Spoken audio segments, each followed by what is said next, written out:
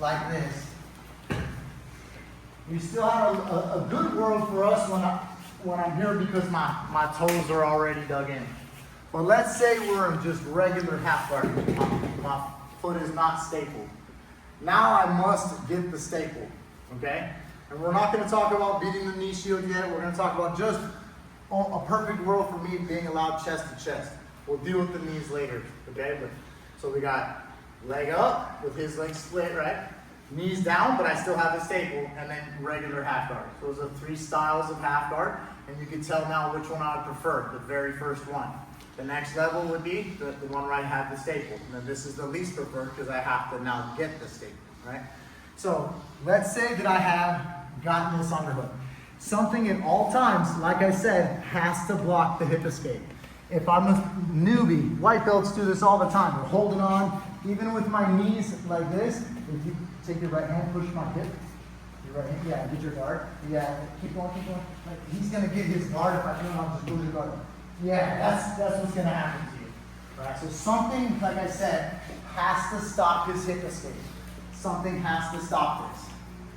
So it can be my laces. Look, it can be my laces. It can be the sole of my foot, the bottom of my foot. Okay? Or I can smash it, dingle, dangle, and dirty. Like this, super heavy. Can you close your guard? Right? Try and close your guard. I'm just laying flat. It's not because I'm heavier than him, it's just literally because I pinned his lower leg to the ground. So now he can't hip escape. Okay? But either way, I'd still have to get a version of controlling his leg. So, can you point your knees up a little bit more? Okay, so this now causes me a problem, you see? When his knees up in the air and his legs in the air, I can't get the sole of my foot or the bottom of my foot. If I lift it, my left knee comes off the ground and watch the elbow go to guard. Watch, close your guard. See, as soon as I make that mistake of trying to reach to put my laces on his leg or the sole of my foot on his leg, then he has the opportunity to close his guard. And I'm stuck, close your guard again. And I'm stuck with he's got an overhook now. He's got all kinds of stuff he can do there, or he can hold my head and arm control, right? He's got the arm over here for choy bar attacks and all that kind of stuff starts happening, right? So I don't want him to close his guard. So in order for him, and he knows that if you're battling me, I know that if I stay this way, that's what's gonna give you the foot on my leg in some form or fashion. So I'm constantly gonna be trying to come over here. This will also make people start to rotate towards a lockdown and different versions of half guard or belly up deep half when the femurs and the knees are facing up. So in order to get his knees, can you keep your knees facing up? I just walk to my left, look. See how I go left to his legs? But now I can just be a little bit more controlling and time it with my foot. Alright, now I'm gonna like that. Now if I get him all the way to the side, I would also can use the sole of my foot. You see that one? Mm-hmm. The sole of my foot can go to the mount or side control. The laces can go to the mount or side control. When I'm just doing belly down like this will end up only side control. I'll really end up in the mount when I pass from here. Okay? But anyway, we get all the way to here. I walk to the side and I put my laces in. And I can do the exact same pass. Okay? I drive forward and I start coming into the mount. There it is. Now, you guys got this today with the head and arm, but now I want you to sit like this. Knees tight, feet tight. Because this is where I'm going to learn how to punch. From here. Okay, not like this. Not with my butt above him, because he can bump, move, turn. I'm here like that, I'm squeezing. So these come in his chin. When my head passes his head, I start to become susceptible to this kind of stuff, right? So I want to stay back here and be able to punch him like that. This enables me to get underneath for arm triangles, you know, so he's either going to defend his face or he's going to wrap around me. When he does stuff like that, then we're talking about arm locking him, S-mount, and that kind of stuff. So he's either going to defend his face or get close.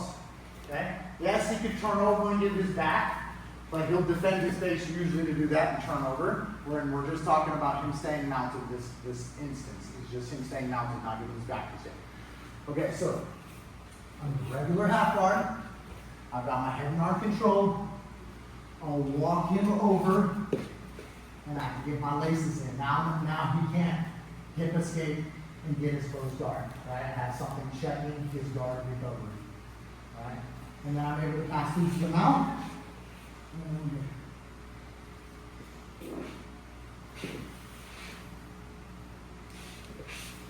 All right, now, when I do I'm going to give you a couple at the same time, all right? So I'm going to use the sole of my foot. The sole of my foot, I can also twist my hips. When I twist my hips, I'm going to do it so that my center line does not pass over yoga center line. In yoga and stuff, we call this a meridian line. You guys heard of that? Meridian line? Right. The yoga concept. And I don't want to say Chinese medicine, but I would say that they use it more than us. We have lines that are in our body center, okay? Like we have a line, stuff like that, right? So here's an extra kudos. Check this out. Anytime I want to break his grip, I just say I want to break an armbar grip, or I want to get an arm triangle. His hands and his chest and his elbows to his body, that's as tight as he can be. The more that I can get my opponent's hands to move down like this, or move above their center line, good for me. The more I can get their hands to move sideways, good for me. Okay, so that's just a general concept. All right, but also using it in the term that I'm talking about right now, if my head goes on this side of his meridian line, this side of his center line, then I'm susceptible to being swept over that way. So I want to make sure that as I twist my hips like I'm going to do right now, I do that without ever being able to be rolled over. If I'm 300 pounds and you're 120, you should still be able to do this without getting rolled over. Okay? So again, I'm head and arm control. I walk to the side, and this gave me the sole of my foot this time on the top of his thigh. Okay? Watch how I twist my hips. Make sense? Okay, so I may have my head here, but my body does not transfer over like this. Comes like that. And the other benefit is, Jogo doesn't like this, and he pushes on my bottom knee. He just flares my knee. It doesn't ruin my foot position. So I actually don't mind if he pushes on this. In my head, I go, there's no he's going. You know what I'm saying? Because there's actually no benefit for him just pushing this. He needs to do other things. Alright? So now I'm able to push and rotate my knee. My elbow being flared is huge, because every time he tries to roll, like that. I'm like this, so roll me. Alright? Then I'm able to secure side control. Again. Now, he's got his knees up. I walk it down this leg with the sole of my foot on the ground. Now, if I really cup it good, I can also still go to the mount. Right? And I don't have to have, that one's a little bit different, where I could break a rule. I could take my knee off the ground. I didn't want to take my knee off the ground before because he could re-guard, right? He can get his guard back. But with the sole of my foot on his leg, he's not re-guarding. So something still checked the guard, right? I kept saying that, right? Something's got to always check his guard, check his re-guard. So I'm able to lift my knee off the ground in that case because the sole of my foot pushes his quad down. This one, with the laces, I can't take my foot off the ground because he's on the other side of my foot. Here, this checks the re-guard. So I can take my knee off the ground. Here, I can't, because when I do that, I'm actually in his guard. You understand? So that's why I can take my knee off the ground with the sole of my foot, and I cannot with my laces. We all understand that detail? Yeah. Okay, because that's like highly important. Otherwise, you ruin everything I showed you. All right? All right, so one more time here. I'm in half guard, I'm on overhook and head and arm control. He's preventing me with his knee being up, but I don't want to lift my knee up or be off balance.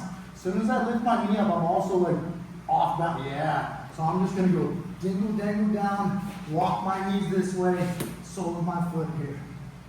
If I want to, I can twist my hip and go to side control, ensuring that my elbows flare.